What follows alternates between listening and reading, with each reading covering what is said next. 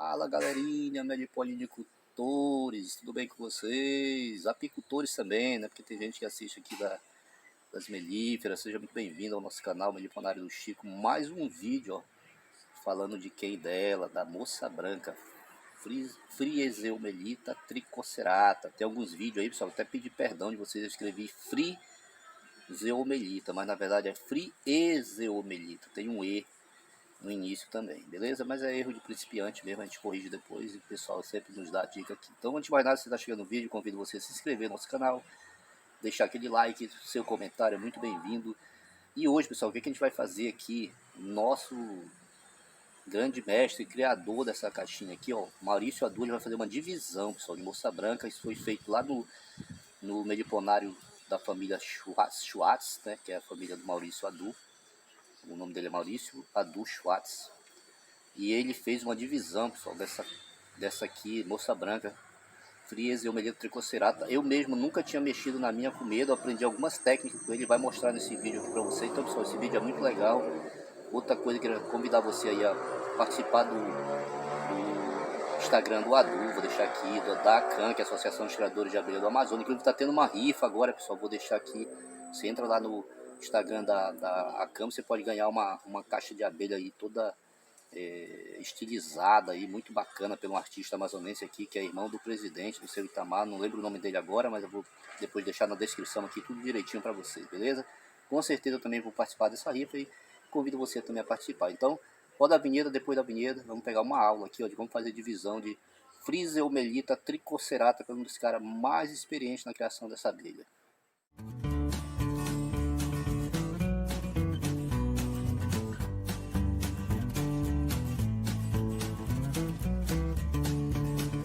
Até a transição. Sim. Vai fazer uma outra agora. Isso. Bom, uma... deixa eu só pegar aqui. Enquanto todo mundo quer configurar de volta. Trazer mais para perto do meliponário é sempre, se possível, bom, né? Porque muitas abelhas vão voar e algumas dessas que voam, apesar de ter a capacidade de voar, elas não são campeiras. Então, quanto mais longe você fizer a divisão, mais abelhas você vai perder. Se dá para fazer sem tirar a caixa do local, melhor ainda. Tá? Então, esse, digamos, é uma das vantagens se você tem o cavalete individual.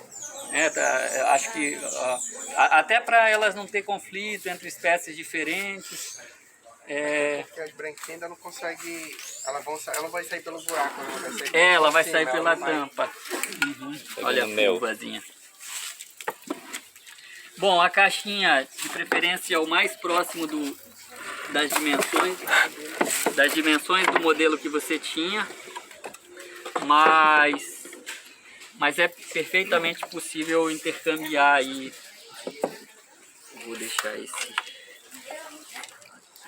Não está no momento ideal, digamos, para multiplicação, tá? Como eu disse, mais uma vez ressaltar, o ideal é provavelmente as moças brancas daqui a um mês vão estar top. Mas aí a questão então é que é muito importante, não precisa fazer exatamente o caminhãozinho, mas é muito importante para o manejo da Friezeumelita que as tampas estejam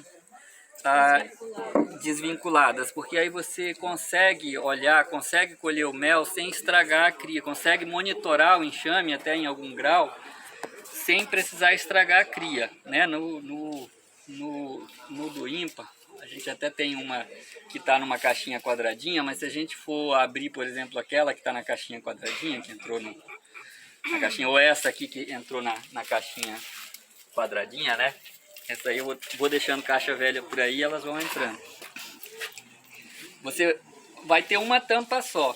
Na da moça branca, vamos pegar uma...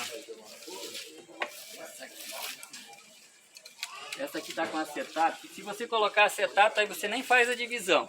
Se colocar em cima. Elas colam tudo, né? Elas colam a cria aqui e aí você vai querer, dobra a cria, rasga tudo, fica...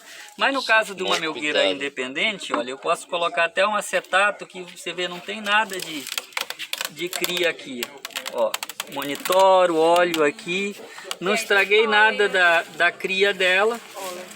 Aqui tem um pouquinho de pólen, eu botei uns favinhos de ápis aqui para ela há uns dias atrás. Posso, eventualmente quero fazer uma alimentação interna, posso colocar um alimentozinho sem estragar a cria, né?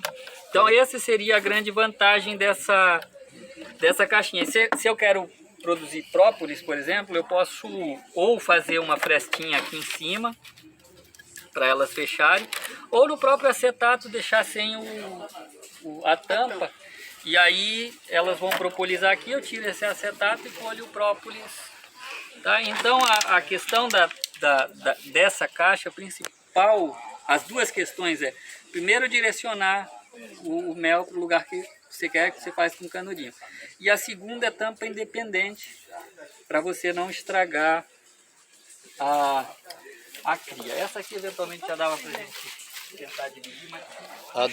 Me tira uma dúvida, você já tentou colocar alimentador externo nessa daí, ou você aconselha sempre colocar internamente? Cara, essa daqui eu quase nunca alimento ela. Aí, agora que tem mais gente também na cidade que quer criar, e nesse ritmo eu vou começar a testar. Botar potinho lá dentro tem que ser muito pequeno que elas morrem, né? Eu matei um monte minha aqui, elas nessa loucura. Aí o que eu comecei a fazer, como ela isola com própolis, então uma coisa que funciona bem é colocar só um pouquinho direto no fundo da caixa. Questão de 5 ml, uma questão de que não vai encharcar tudo ali. Pinga dentro um pouquinho, sem potinho, sem nada. Esse funciona bem. Aí já tem que ter tentado tempão, mas aí esses dias que eu digo, coloquei algum alimentador externo. Mas na verdade eu coloquei o alimentador e não coloquei o alimento. Mas aí mais uma vez o alimentador, eu espero hoje ter uma função legal aqui para nós. Essa daí foi a primeira que tu fez com os 14 anos? Essa daqui exatamente. Uma coisa da maioria do que é o que era a tribo Trigonini, que eu falei para vocês, né, desses outros gêneros não melípona, a maioria usa própolis puro, uma grande quantidade deles.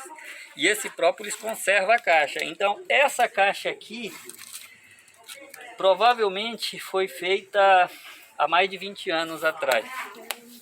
Eu tenho caixas, eu não tenho nenhuma aqui, mas eu tenho no sítio caixas que são de antes de eu inventar o caminhãozinho.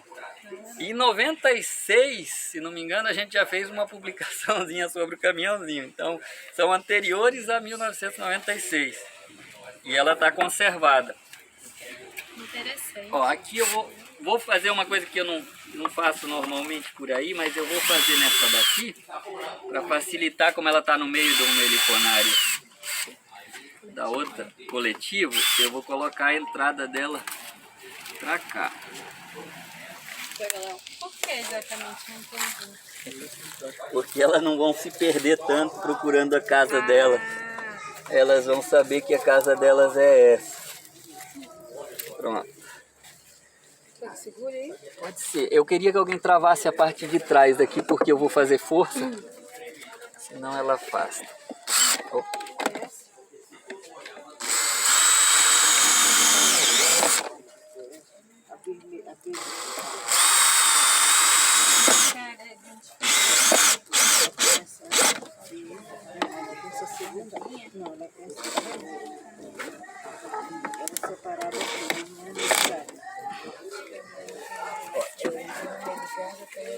Beleza, então a gente pode começar, às vezes, eventualmente, quando está mais alto, essa aqui ficou uma caixa pequena para quando a gente vai dividindo muito tempo, às vezes, sem querer, a gente seleciona as mais populosas, porque a gente só divide as mais fortes.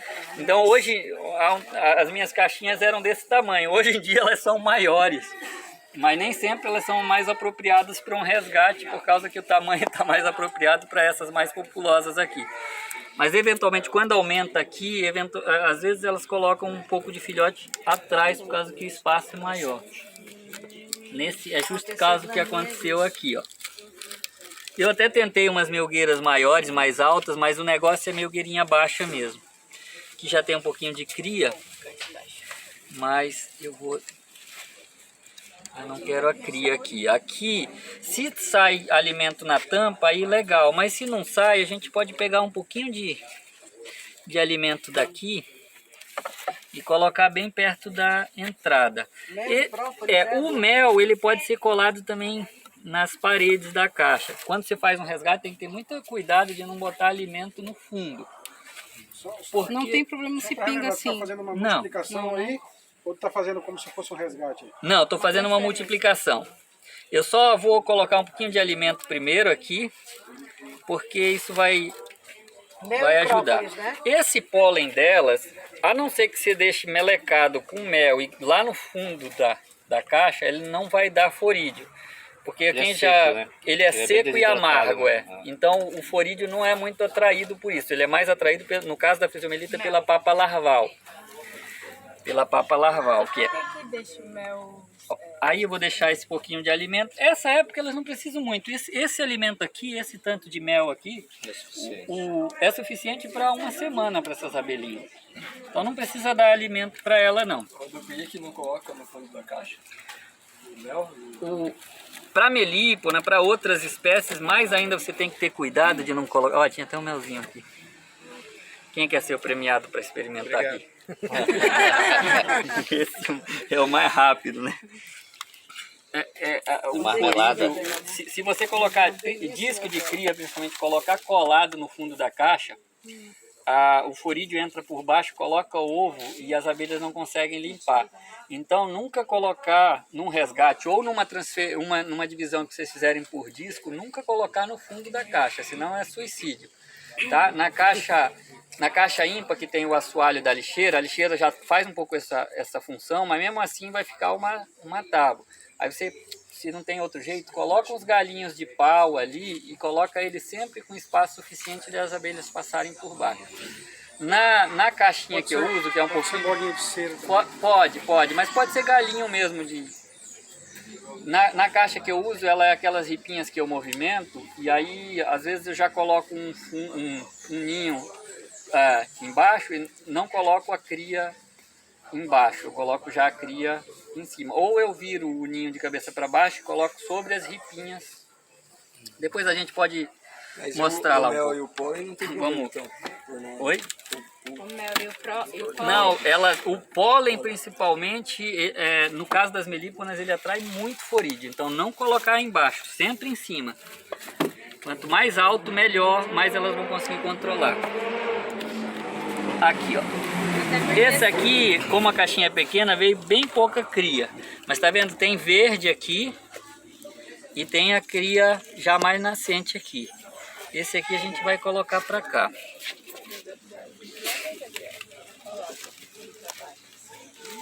A verde é mais clarinha, né? Isso.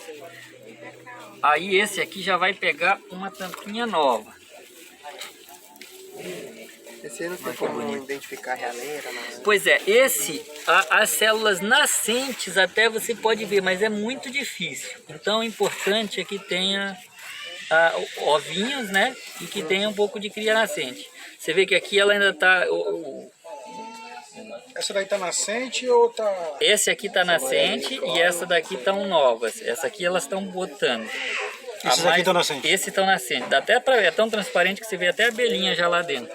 E a dúvida de fazer uma pergunta. No caso, eu tenho como fazer um corte desses favos de cria e transpor para cá, ou você aconselha somente usar... Tem, mas eu aconselho, mesmo usar que ele fique tampa, mais porque fraco, usar só a tampa. deixa eu falar meu erro, eu estou usando um acetato aqui, então eu vou ter que tirar esse acetato como se fosse a tampa e jogar ele para cá. Isso, jogar, só que aí o acetato dobra, né?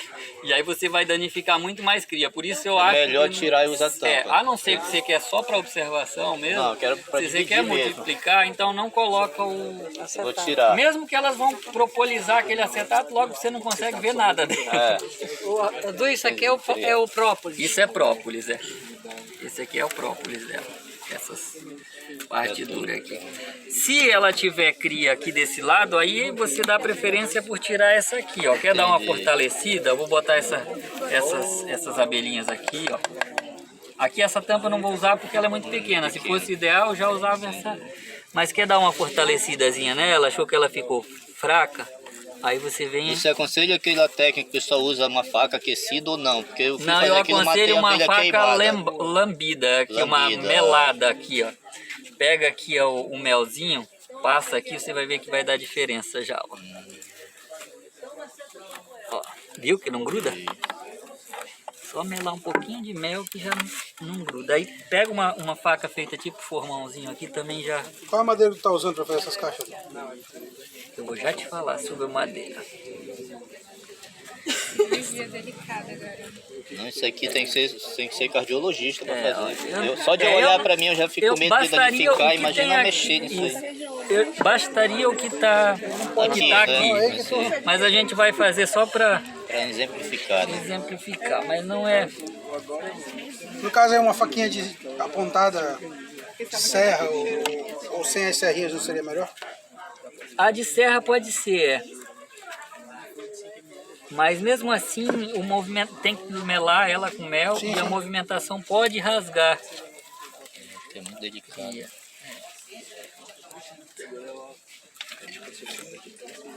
E às vezes é meter a mão e tirar sem amassando o mínimo possível, beleza? Colocou aqui, coloca também no lado do ninho aqui de preferência, pode botar perto da entrada, mas coloca do ninho. Esse aqui dificilmente vai ter problema de forídeo, tá? Então pode colocar ele por ali. Essa aqui a gente já volta pra cá. Dá só essa folhinha aqui. Olha quanto alimento ela tem. É, bastante. Fechou aqui. Cadê a tampa dela? Aí...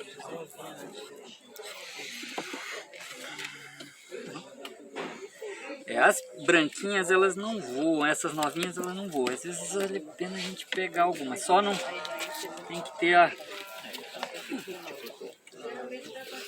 Agora a fita ficou pra lá, né? Fita? Tá em cima da caixinha de... Acho que tá lá em cima da caixa. Muita foto e muito vídeo aí. Tá aí no teu braço a fita. A fita.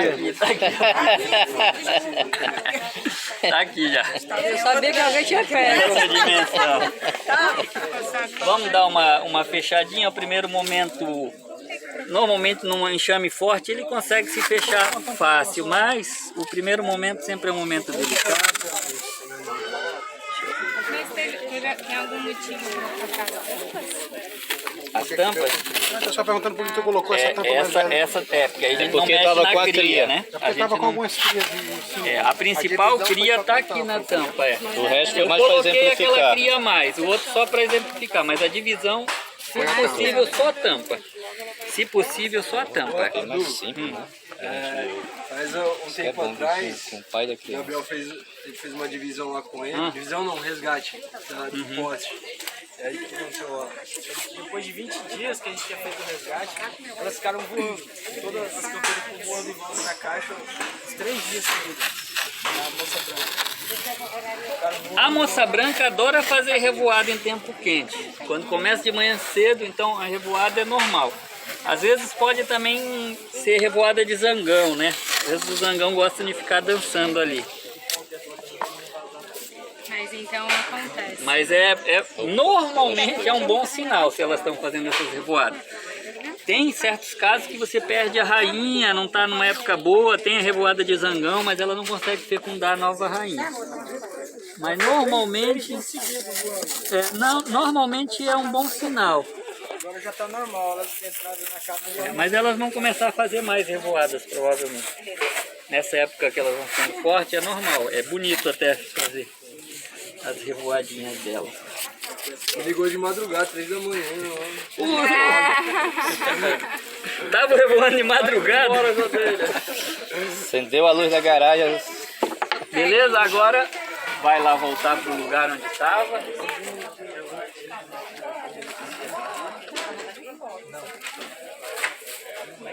Olha aí andando, olha aqui, ó.